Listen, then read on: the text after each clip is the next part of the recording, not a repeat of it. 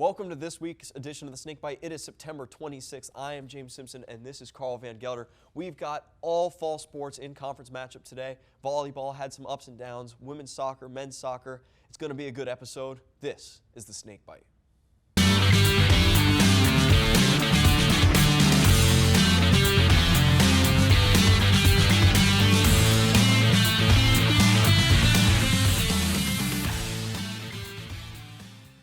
The men's soccer team continued their undefeated streak against Eckerd in their shootout 4-4 draw at Barron Field. The game started off in Eckerd's favor with an early goal in the 10th minute, which the Mocs responded to before conceding again, going into halftime down 2-1. Eckerd further added to their lead, going up 3-1 in the 66th minute. However, the Mocs stormed back in a monster second half, scoring 2 goals within 2 minutes of each other in the 70th and 72nd minutes. Eckerd responding, seemingly putting the game away with their 4th goal of the contest in the 77th minute, but the Mocs never backed down and never gave up, responding with a goal off a penalty kick in the 82nd minute. Florida Southern then faced their biggest challenge of the season, traveling to Boca Raton to face number 10 Lynn University, where the Mocs enter the game a little bit different, with the senior goalkeeper 𝙏𝙃𝙀 making his season debut. And Pierce made a major impact, looking as if he had played the whole season with his 5 saves in the shutout game. The Mocs were unable to get any goals in the contest, leading to the game ending in 0-0 tie, snapping a 5-game losing streak to the Fighting Knights. The Mocs will continue their search for their first in-conference win in their upcoming matchup against Nova Southeastern this Saturday at Barron Field. And speaking of Barron Field, the women's soccer team is coming off of a bounce-back win 1-0 against Lynn University this past Saturday. In the back and forth game, Malia Bras scored her first goal of the season in the 20th minute off a header from Sierra Spurk cross. After the goal, both teams had many opportunities, with some coming very, very close, but never leading to goals. With this shutout win, graduate keeper Jenny Staten tied the Florida Southern record of 19 career shutouts on senior night, a number she will most definitely look to add to. FSC TV's Billy Adams was able to catch up with Spurk after the win against Lynn. Well, thank you, gentlemen. I'm here with freshman Sierra Spurk of the Florida Southern College women's soccer team. Sierra, not only a strong performance tonight, but you're coming off a hat trick in your last contest in your conference opener against Eckerd College. Talk us through that. It's rare that we see that, first time since 2015 for Moccasin history. So just talk us through that, and what was that like for you? It was a pretty nice feeling. I had no idea that that was coming. And usually with PKs, I would never take them. High school, I would miss. So I was like really wanting to change that for college, and I made both of them, which was really exciting. And I think that kept the momentum of us to keep going.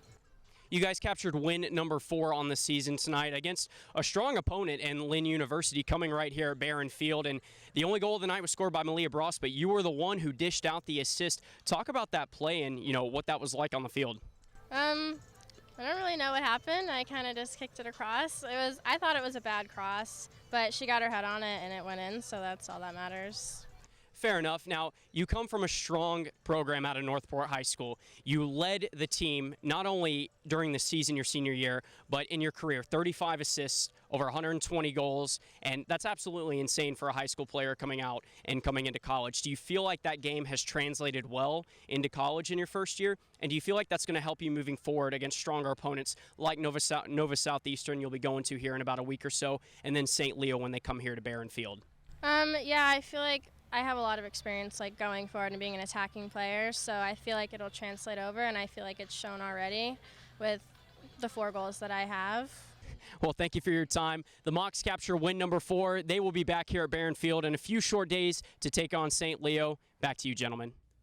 Before that win, though, the Mocs fell to Eckerd in a high-scoring affair, 3-4 in St. Petersburg. The Mocs struggled mightily in this game, but did have one bright spot in freshman phenom Sierra Spurk, who we had the opportunity to sit down to, had the 12th hat trick in program history. All 3 of her goals came at the end of the second half, with 2 coming via penalty kicks in the 87th and 90th minutes. But Spurk's efforts were just not enough to get Florida Southern back into the game, as they were down 3-0 at halftime and conceded again less than a minute into the second half to go down 4-0. The Mocs will look to combine their offensive and defensive skill sets to try to get a run of wins as they head into more in-conference play after their matchup against Edward Waters this Wednesday at Barron Field. The Mocs have only dominated them in their meetings, and they will look to return to in-conference match action away Saturday against Nova Southeastern. The hockey team had their season opener this past weekend at the Lakeland Ice Arena, where they went head-to-head with Lynn University. FSC TV's Anna Bielkowski was there to give you the rundown. I am here at Lakeland Ice Arena where the Mocs faced off against Lynn University for their first games this season.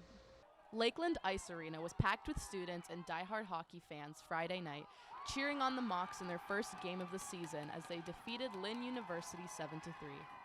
Paul Rigolini scored a total of 4 goals in this game alone, and Noah Gabreluk secured the win for the Mocs with his game-winning goal in the second period.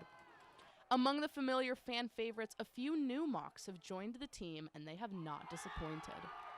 Freshman Will Marshall was the first Moccasin to score both Friday and Saturday night, finding the back of the net twice on Friday and contributing to the remaining goals with 3 assists.